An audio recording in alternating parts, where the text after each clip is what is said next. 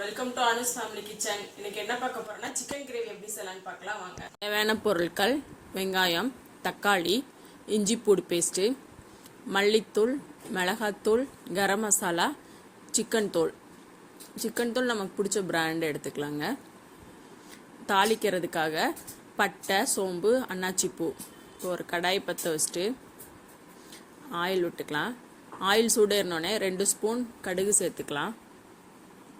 அதுக்கப்புறம் நம்ம தாளிக்க எடுத்து வச்சுருக்க பட்டை 2, ஒரு அன்னாச்சிப்பூ, சோம்பு இது போட்டு நல்லா தாளிச்சுக்கலாம். அதுக்கடுத்து நம்ம எடுத்து வச்சுருக்க வெங்காயத்தை இதில் ஆட் பண்ணிக்கலாங்க. ஒரு 4 வெங்காயம் எடுத்து வச்சுருக்கேன், அதை இதில் ஆட் பண்ணிக்கலாம்.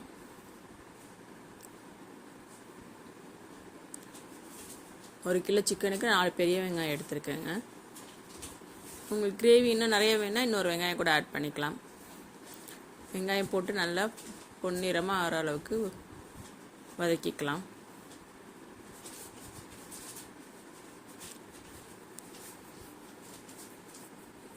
ஒரு 2 நிமிஷம் விட்டிங்கன்னா நல்லா வதங்கிடும். அதுலேயே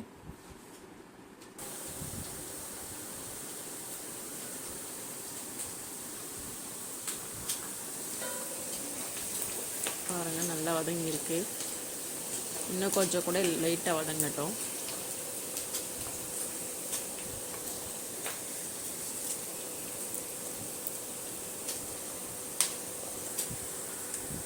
அடுத்து ஃப்ரெஷ்ஷான கருவேப்பிலை ஆட் பண்ணிக்கலாம்.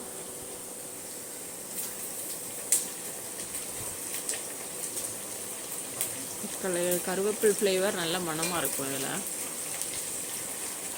நல்ல பொன்னிறமாக வரணும் இந்த இது ஆனியன். அதுக்கப்புறம் நம்ம எடுத்து வச்சுருக்க இஞ்சி பூடி பேஸ்ட்டு ஒரு 2 ஸ்பூன் இதில் ஆட் பண்ணிக்கலாம்.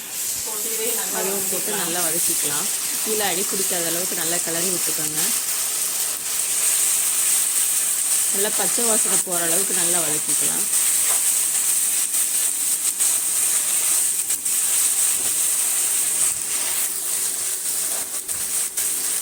பாருங்கள், நல்லா வதங்கிடுச்சு. அதுக்கப்புறம் நம்ம நறுக்கி வச்சுருக்க தக்காளி இதில் ஆட் பண்ணிக்கலாம். ஒரு 3 தக்காளி எடுத்துருக்குங்க, அதே இதில் ஆட் பண்ணிக்கலாம். தக்காளி வதங்கும்போது கொஞ்சம் உப்பு ஆட் பண்ணிக்கோங்க. சிக்கனுக்கு தேவையான அளவுக்கு. நல்லா வதங்கிடுச்சு. இதுவும் இந்த அளவுக்கு எண்ணெய் பிரிஞ்சு வர அளவுக்கு நல்லா வதக்கிக்கலாம். அதுக்கப்புறம் நம்ம மசாலா எடுத்து வச்சுருக்கோம்ல பொடி, அதை இதில் ஆட் பண்ணிக்கலாம். மல்லித்தூள், மிளகாத்தூள், கரம் மசாலா, சிக்கன் தூள் அப்படி இதில் போட்டு ஆட் பண்ணி நல்லா வதக்கிக்கலாம். நல்லா அடி பிடிக்கிற மாதிரி இருந்தால் கிளறி விட்டுட்டே இருங்க. இதுவும் நல்லா பொடி பச்சை வாசனை போகிற அளவுக்கு நல்லா வதக்கிக்கலாம்.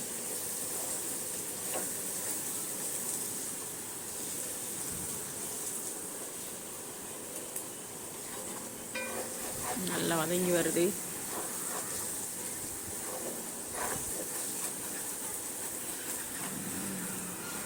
பாருங்க, இன்றைக்கி நான் கேஸ்ட் அயர்ன் யூஸ் பண்ணியிருக்கேங்க. அந்த பாத்திரம் அதில் சமைக்கும் போது நல்லா ஃப்ளேவராகவும் இருக்கும், டேஸ்ட்டும் கிடைக்கும். நல்லா வதங்கினதுக்கப்புறம் நம்ம க்ளீன் பண்ணி வச்சுருக்க சிக்கன் இதில் ஆட் பண்ணிக்கலாம்.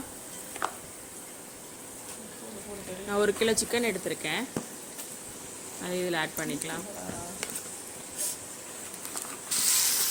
ஆட் பண்ணி நல்லா பரட்டி விட்டுக்கலாம் மசாலா படுற அளவுக்கு.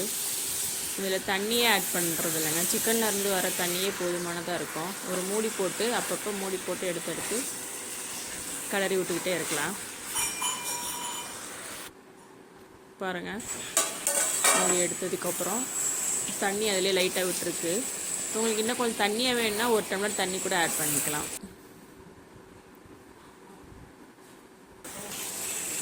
அவ்வளோதாங்க, ரெடி ஆகிடுச்சு. மூடி போட்டு அப்பப்போ எடுத்து சமைச்சிக்கிட்டே இருக்கலாம். ஃபைனலாக நம்ம நறுக்கி வச்சுருக்க மல்லித்தலை இதில் ஆட் பண்ணிக்கலாம். நம்ம டேஸ்டான சிக்கன் கிரேவி ரெடி ஆகிடுச்சு. இது சப்பாத்தி ரைஸ்க்கெலாம் செட் ஆகுங்க.